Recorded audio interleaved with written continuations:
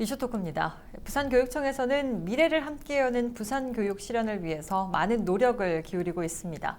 코로나19와 제4차 산업혁명 시기를 맞아서 교육계에도 많은 변화가 뒤따르고 있는 만큼 부산교육청의 2021년 교육정책 방향에 대해서 이 시간 자세하게 이야기 나눠보도록 하겠습니다. 김석준 부산시 교육감과 함께합니다. 안녕하십니까? 예, 반갑습니다. 네, 반갑습니다. 새해를 맞았습니다. 올해 부산 교육은 어떻게 흘러갈지 관련한 계획에 대한 이야기 나눠볼 텐데요. 그동안 부산 교육을 이끌어 오시면서 대표적으로 이룬 성과는 어떤 것들이 있는지, 또 특별히 지난해 성과는 어떤 걸 꼽으시는지 궁금합니다. 예, 제가 이제 6년 반 하게 되었는데요. 네네.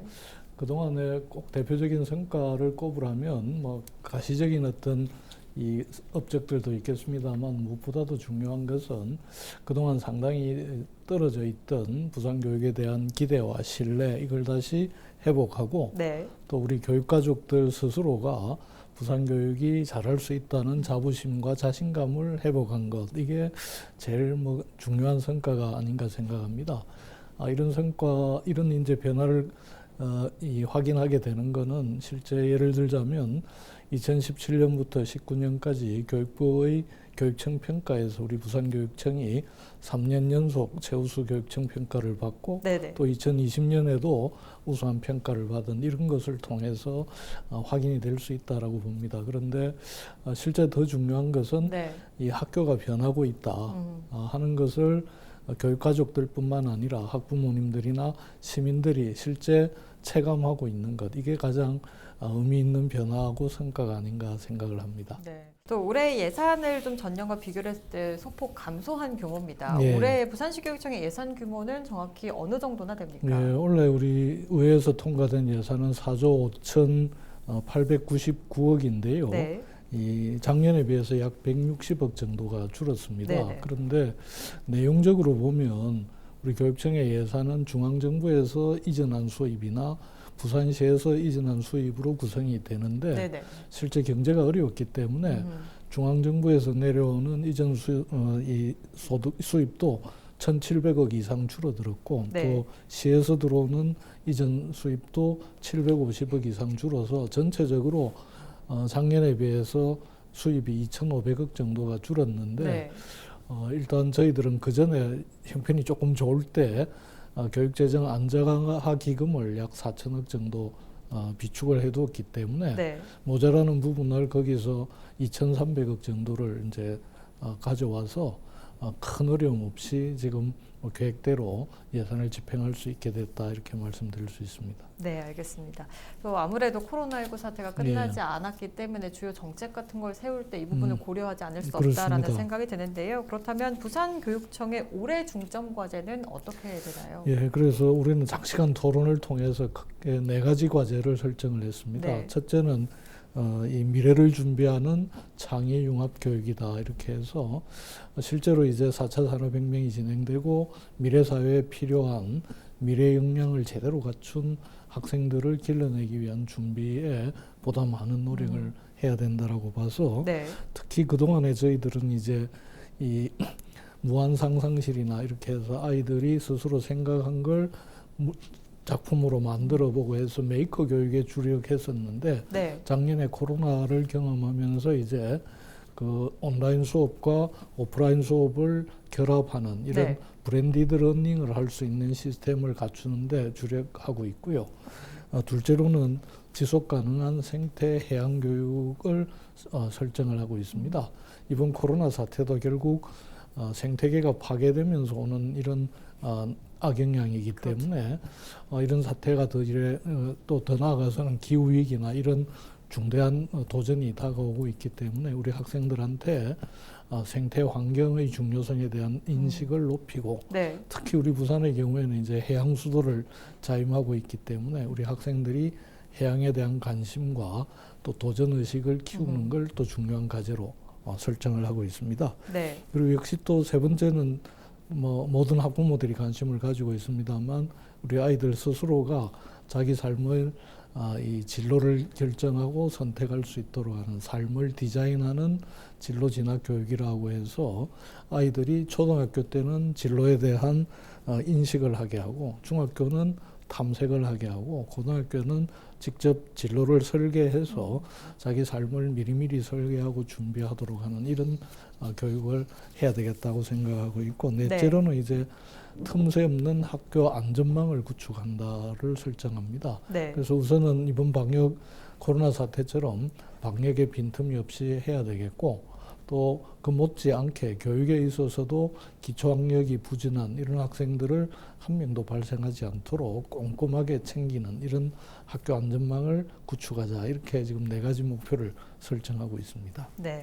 또 아무래도 코로나 때문에 올해도 말씀해 주신 것처럼 네. 뭐 원격 수업이나 등교 수업을 병행해야 될 일이 생길 수도 있을 것 네. 같은데, 아까 원격 수업을 하면서 좀 한계점을 느꼈다, 보완해야 될 점, 학력 격차 네. 해소라든지 또 수업의 질을 좀 향상해야 될 것 같다라는 말씀 해주셨습니다. 네. 구체적으로 어떤 식으로 좀 개선이 돼야 된다고 예, 보십니까? 실제 이제 언론이나 이런 데서 온라인 수업하면서 학력 격차가 생길 거다는 우려는 했는데, 네. 실제로 이걸 처음으로 실증적으로 조사는 저희 교육청에서 처음 했습니다. 네네. 그래서 작년 6월에는 교사들을 대상으로 실제 조사를 했고, 예. 9월에는 부산대학의 연구소에 의뢰해서 학생들 성적을 가지고 실제로 실태 조사를 해보니까 우려했던 대로 학력이 조금 떨어지기도 하고, 네네. 또 학생들 간의 격차가 이전보다 벌어졌습니다. 음. 그런데 특이한 현상은 상층의 아이들, 다시 얘기해서 자기주도 학습 능력이 있는 학생들은 크게 떨어지지 않고 오히려 나아진 데 반해서 중간층에 있는 학생들이 많이 하향하는 이런 현상을 발견했고, 네네. 또 기초학력에 대한 좀 우려가 있고 해서 저희들은 우선에 초등학교 때부터 기초학력을 보강해야 되겠다. 그래서 초등학교 1, 2학년의 경우에는 그 예비교사, 교대 학생들을 수업에 이렇게 보조교사로 참여하게 해서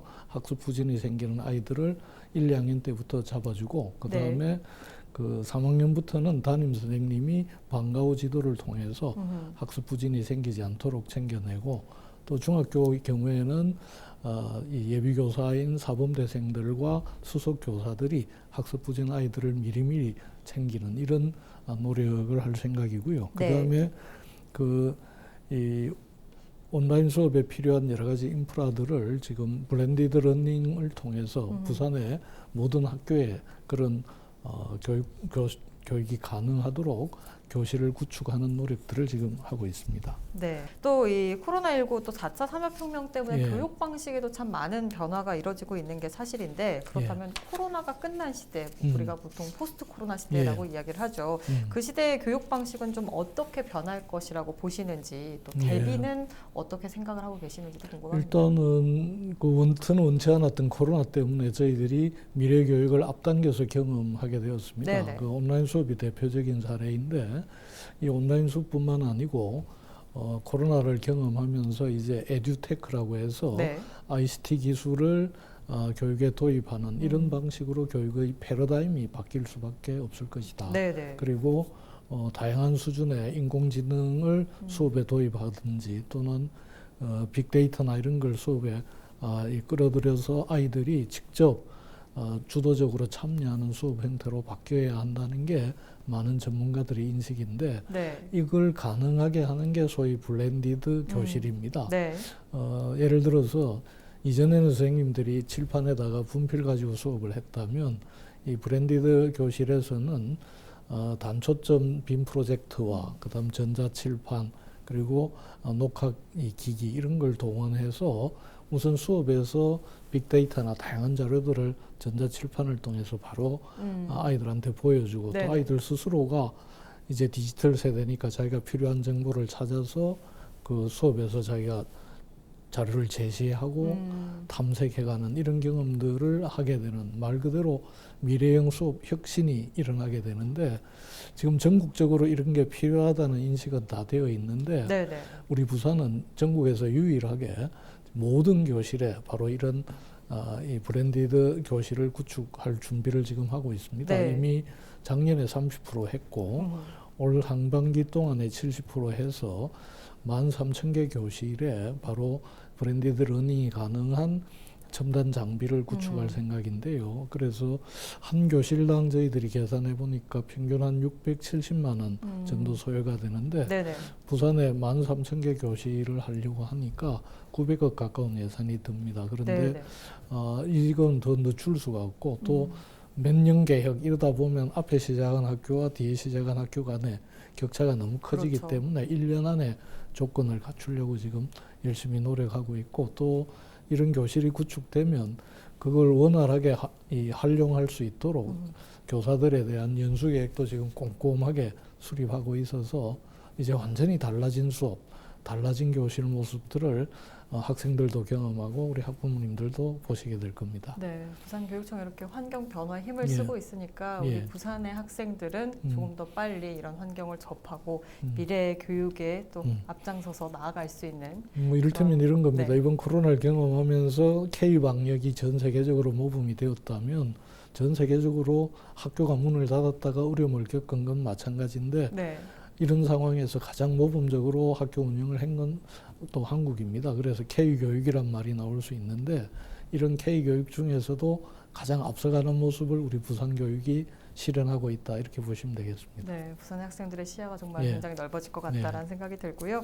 또 이 브랜디드 러닝 학습 환경이 이 미래 교육을 위한 또 바탕이 된다라는 생각이 드는데 또 관련해서 다른 인프라라든지 환경 예. 구성을 위해서 구축을 위해서는 어떤 계획을 가지고 네, 계십니까? 일단 지금은 블렌디드 러닝을 위한 교실 구축이 가장 중요한 사업이고 그간에 네네. 해왔던 각급 학교에 소위 이 다양한 첨단 기자재를 동원해서 아이들이 자기가 머릿속에 생각하고 있는 걸 작품으로 만들어보는 무한 상상실이 반 정도 구축돼 있는데 그걸 네네. 확대해 나갈 거고요.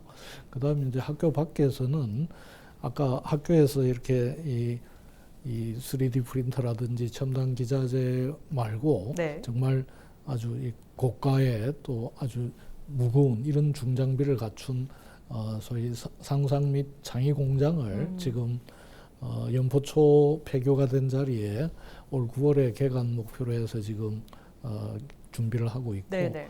또 반송중학은 내년쯤에 상상 및 창의 공장을 만들어서 학교에서 경험하기 어려운 걸 지역에서 보다 체계적으로 학습할 수 있도록 하는 이런 공간을 준비하고 있습니다. 그리고 내년 9월쯤에 개관을 목표로 해서 수학문화관을 지금 준비하고 있습니다. 네네.